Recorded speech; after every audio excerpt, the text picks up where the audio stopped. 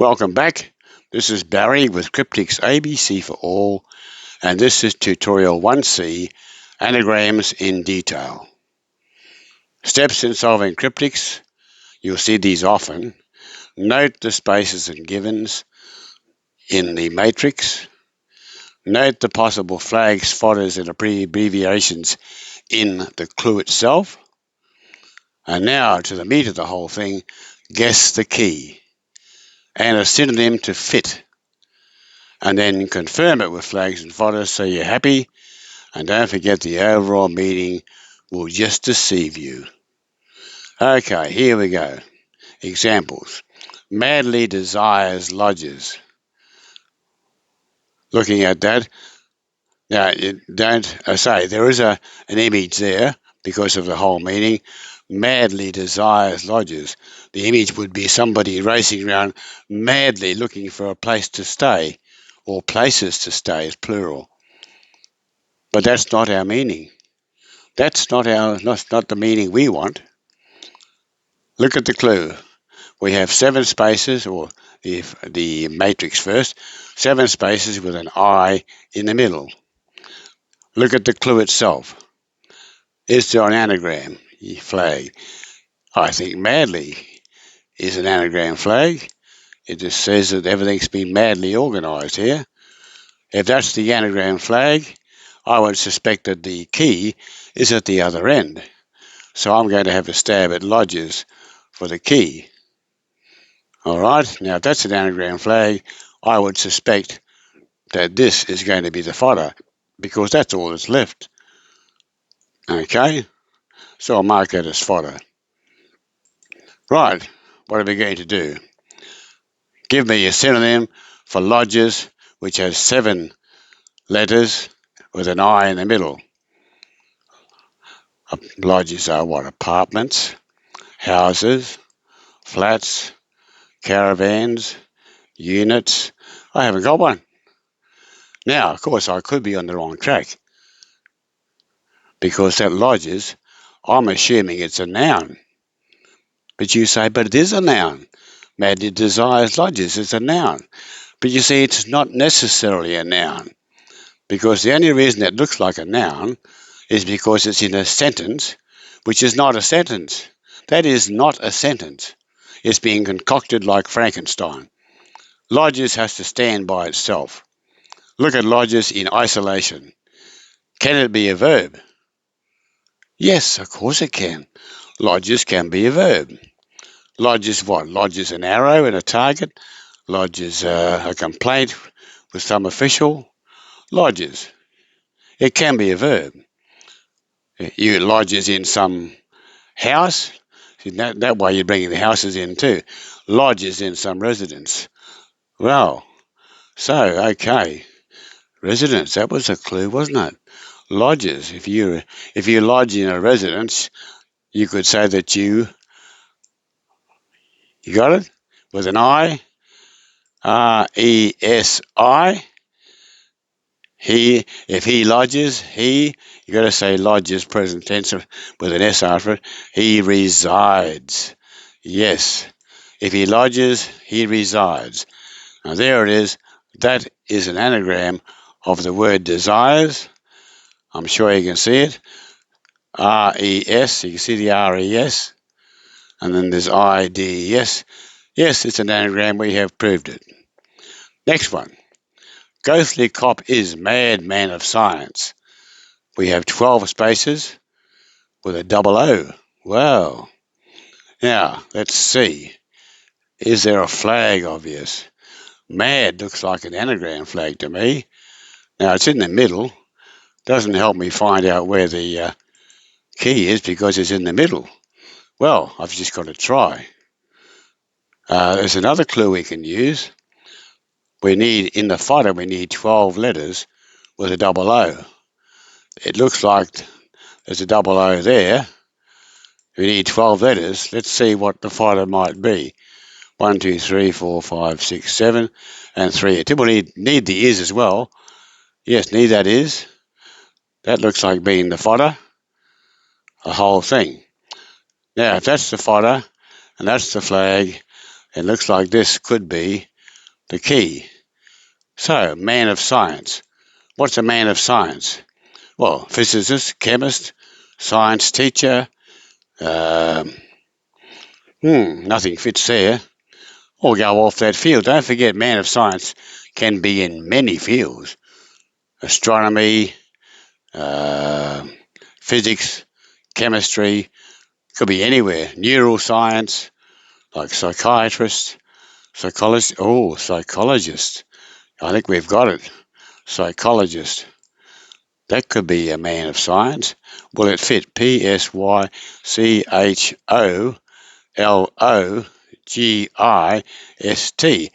Fits. And this is what you do. You guess a synonym for the key that you've guessed. Okay? And that's what it amounts to. But is it right? Prove it. You say, how do you prove it? Well, you prove it by using our anagram. Anagram, flag, mad, says anagram, ghostly cop is. Let's anagram, ghostly cop is. Can you get psychologist? Well, P, S, Y, C,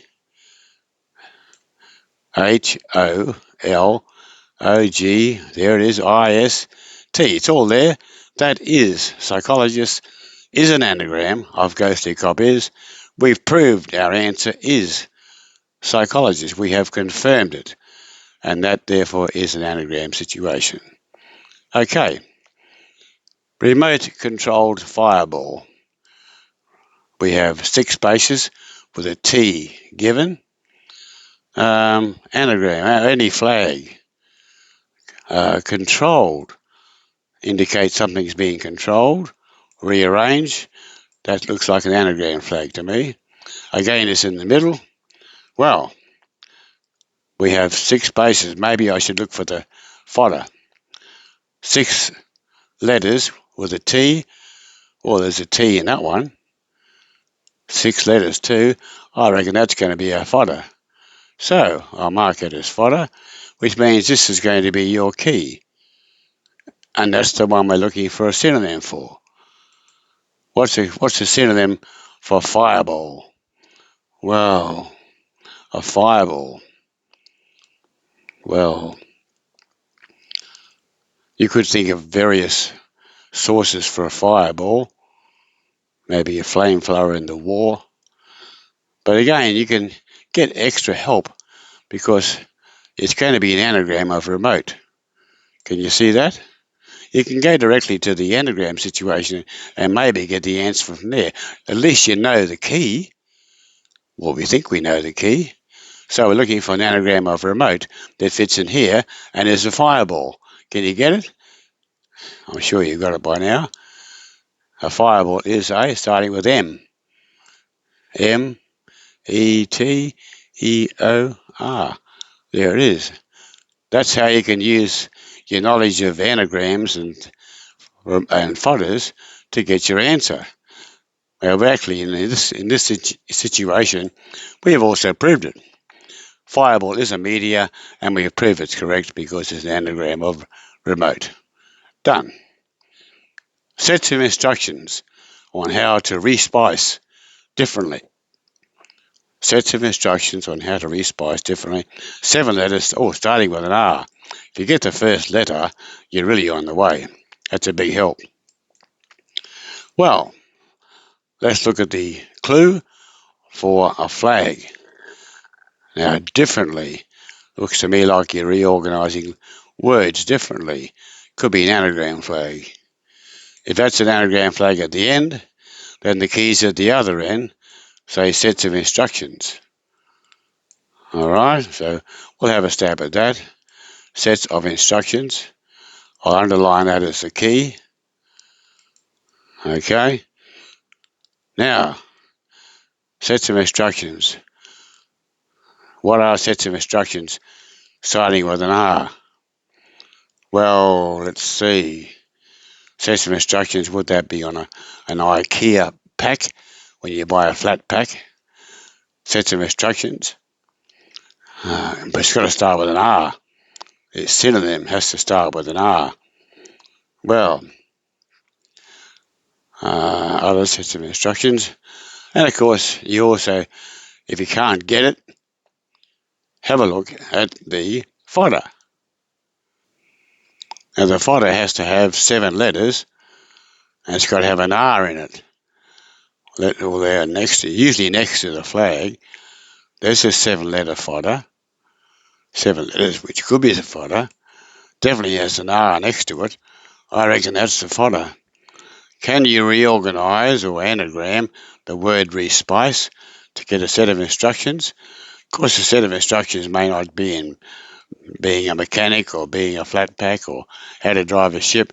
There's lots of places you get sets of instructions. And starting with an R, can you think of one? Think of the cooking field. Sets of instructions in the cooking field. You got it now? Yes, they are recipes. And there it is. And RECIPES.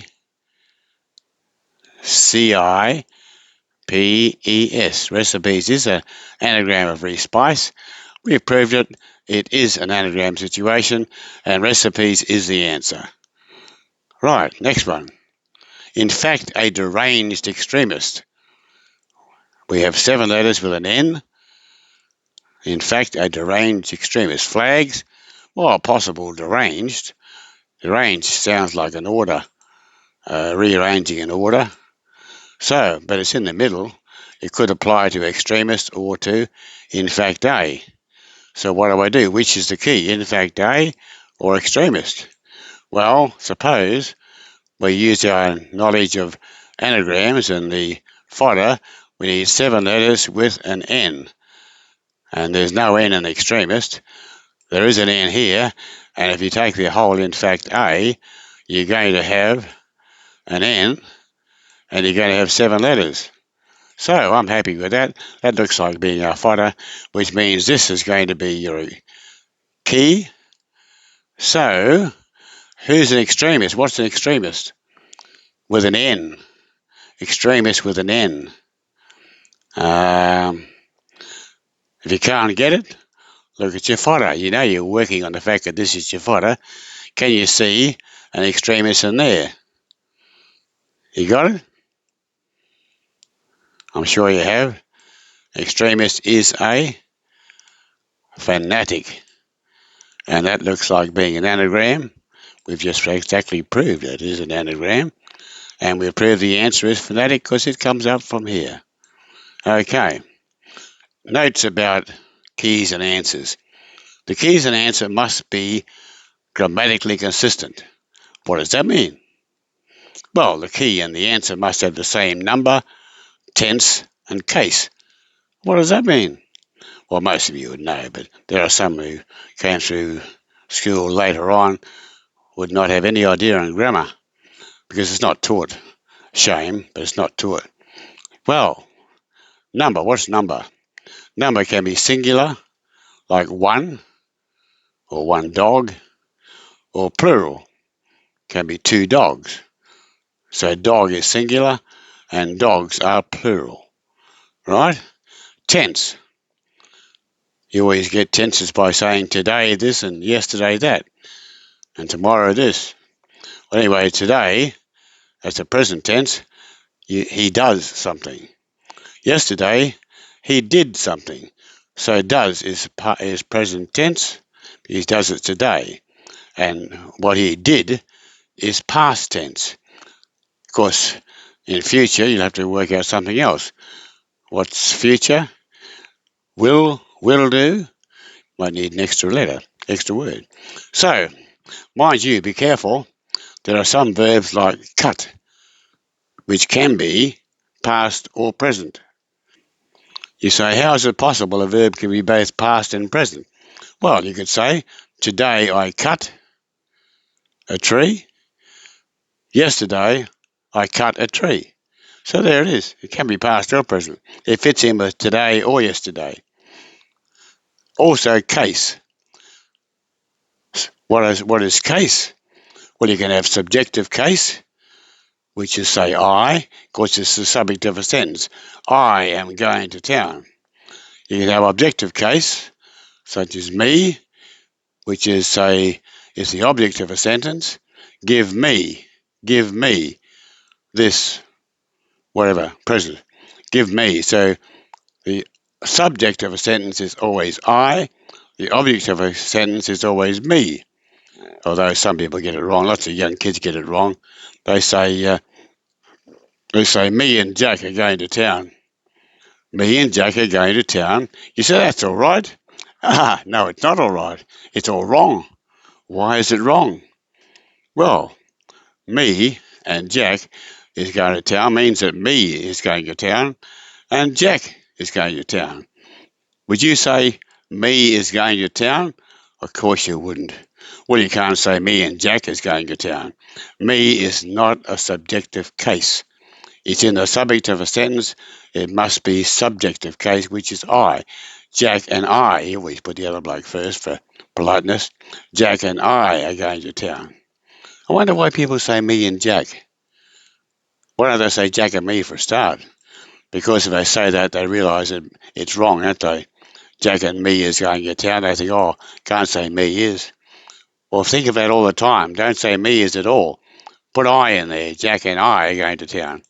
Objective case me. You often hear this is a gift from my wife and I. Wrong. What's wrong with that? Well, this you can't say this is a gift from I. You say I'm not. Yes, you are. This is a gift from my wife and I means this is a gift from my wife and this is a gift from I. And you can't say that. That's not objective case. Me is the objective case. This is a gift from my wife and me. And my wife and I are going to town. That's when you use I in the subject and me in the object. Simple, eh? Right. Note, since clues are not really sentences, nouns in the key like house or doctor may become verbs in the answer. For example, how can house become a verb? Of course it is. How can doctor become a verb? Yes, when you say to house someone, that's a verb. To doctor someone, that's a verb. So, because they're not sentences, they're not tied to the parts of speech, but they are tied to number, tense, and case. Okay? Now, solving anagrams manually. Consider the last example above. In fact, a deranged extremist. All right, now we know the answer is fanatic. We know that. And we have, suppose we're given the F this time. F. Well, if you got a letter, put it in the matrix and fill the other letters in around it. If you got the F, what's around it? You got INACTA. So put in IACTA. All right?